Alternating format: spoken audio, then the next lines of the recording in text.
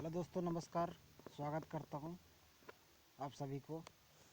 दोस्तों, वीडियो को चालू करने से पहले सब्सक्राइब ज़रूर कर ले इस चैनल को, ताकि कोई सा भी वीडियो मैं डालूं आपका नोटिफिकेशन जल्दी से मिल सके और उस वीडियो को देख सके।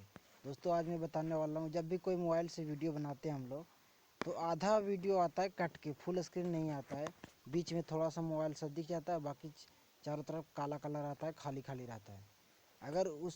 अगर ऐसा कुछ किया जाए कि ताकि फुल स्क्रीन वीडियो आए, इसलिए मैं आप लोग को बताना चाह रहा हूँ। दोस्तों, सिर्फ एक ही टिप्स है, सिंपल, कुछ करना ही नहीं है। आपको बताऊंगा तो आप बोलोगे यार ये तो मैं जानता ही था यार, मैं क्यों नहीं किया। दोस्तों, कुछ नहीं करना है।